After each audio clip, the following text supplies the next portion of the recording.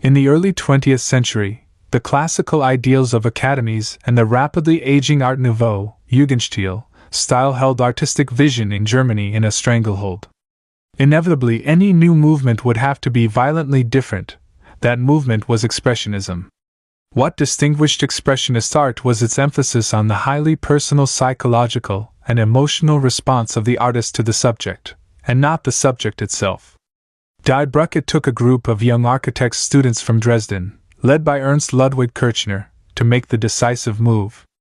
Along with Karl Schmidt Rottluff, Erich Heckel, and Fritz Bley, 1880 to 1966, they formed Die Brucke, German for the bridge. They chose the name because they shared the view of German philosopher Nietzsche, that man was a bridge to a better world, and because Dresden was famous for its bridges. Working in a disused butcher's shop, they created a style that drew inspiration from Van Gogh, Edvard Munch, and old German art of the time of Griinewald and Durer. They initially painted landscapes and nudes and, after 1911, when they moved their headquarters to Berlin, the capital's street life. Their bright, acid colors set against each other to create a sense of edge and heavily distorted outlines pushed art decisively away from naturalism. Der Blaue Reiter. A few years later, another style of Expressionism was being formed in Munich by a group of artists that included Wassily Kandinsky, see pages 435-39, Franz Marc, and Alexei von Jawlensky. They published an almanac called Der Blaue Reiter, the Blue Rider, from which the group took its name. Believing that creativity was not found in academic art, they printed pictures of ancient Egyptian artifacts, children's drawings, and the newest artistic innovations alongside each other. Kandinsky, who went on to become a pioneer of abstract art, and Marx shared the view that the artists had a spiritual mission. Their art was less frenetic than that of Die Brucke. They sought to return society to a state of harmony that they felt had been lost in the process of modernization. The painters of Die Brucke, Ernst Ludwig Kirchner, 1926. Expressionism was Germany's first modern art movement. It was created by four artists who were known collectively as Die Brucke. German Expressionism. Emil Nolde, B. Nolde, Schleswig-Holstein, 1867, DSEBLL, 1956. Born Emil Hansen, this introverted painter adopted the name of his village at the time of his marriage in 1902. He served an apprenticeship as a cabinet maker and worked in furniture factories in Berlin and Munich. From 1892 to 1902, Nolde taught furniture design and pursued his own artistic studies. At least 15 years older than other members of Die Brucke, the usually reclusive Nolde joined the group briefly in 1906 to 2007. His art revolved around two primary themes: the local landscape on the North German coast and the interpretation of biblical stories. He also made many woodcuts that have a unique, painterly touch. Lifeline. 1867 born, the son of a farmer, 1884 to 87 works as an apprentice furniture designer and cabinet maker, 1892 to 97 teaches ornamental design in Switzerland, 1906 to 2007 joins Die Brucke, meets Edvard Munch, 1931 made a member of Prussian Academy of Art. The dancer fascinated by primitive and pagan rites, Nolde aimed to show humanity transported to another level of consciousness, as depicted in this vibrant print. 1912, color lithograph, 54 by 69 centimeters, Kunsthal, Hamburg, Germany. A marshland farmhouse. Nolde painted many landscape watercolors. He was banned from practicing his art by the Nazis in 1941, but he defied them by painting tiny landscapes on small pieces of paper. 1947, watercolor on paper, 34 by 46 centimeters, private collection. Pentecost. Nolde was intrigued by displays of spiritual fervor. Although he was not a devout Christian here, the Holy Ghost is descending on the apostles in the form of a flame. 1909, oil on canvas, 87 by 107 centimeters, private collection. Closer look. Purple patch in Judeo-Christian beliefs. Purple is traditionally associated with royalty. As the flames hover over the appointed leaders of the new church, the reflections are depicted in their enraptured faces. Ernst Ludwig Kirchner. BASCHFFENBURG, 1880, DFRUNKIRCH, 1938. Kirchner's art is at the center of German Expressionism. His dynamic, acerbic canvases have both great visual appeal. Kirchner distributed color, and composed so confidently, and a hard-hitting edginess.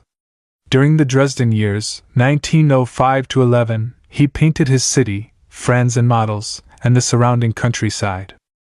In 1911, the Die Brucke artists moved to Berlin, and this is where he met Ernest Schilling, who became his model and lifelong companion. Kirchner's new subjects included the city's streetwalkers and fashionable women, often depicted in a surprisingly similar way. After suffering a breakdown during World War I, Kirchner left Germany for Switzerland, where he lived until he committed suicide in 1938. Lifeline. 1880 born, the son of an industrial chemist, 1901 studies architecture in Dresden, 1903–2004 studies at Deschutes and Oberst Art School, Munich, 1905 gains architecture degree. Co-founds the Brucke group of artists, 1911 moves to Berlin and sets up modern painting school with Max Pechstein, 1913 his criticisms of Die Brucke leads to the group's breakup, 1917 in poor health, he moves to a village near Davos, Switzerland, 1937 branded a degenerate artist by the Nazis. His work is removed from public places. 1938 shoots himself in Frauenkirch. Self-portrait with a model painted in daring blocks of primary color, the artist and model look back at the viewer. 1907, oil on canvas, 150 by 100 centimeters, Kunsthal. Hamburg, Germany. Closer look. Bright colors, the wide blue and orange stripes on the artist's dressing gown, the touch of red paint on his paintbrush, and the green buttons announce Kirchner's intention to challenge conservative tastes. Standing female nude. The Brucke artists were fascinated by so-called primitive art from Africa and Oceania. Like certain Fauve painters, they avidly studied and collected such work. This nude is a wholly Western expressionist take on a primitive wood carving. 1914–15, oil on painted hardwood, 97 by 16 by 2 centimeters, Allen Memorial Art Museum, Ohio, U.S.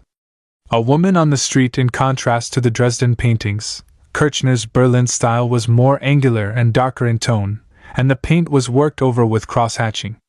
1915, oil on canvas, 126 by 90 centimeters, Brucke Museum, Berlin, Germany. Erich Heckel.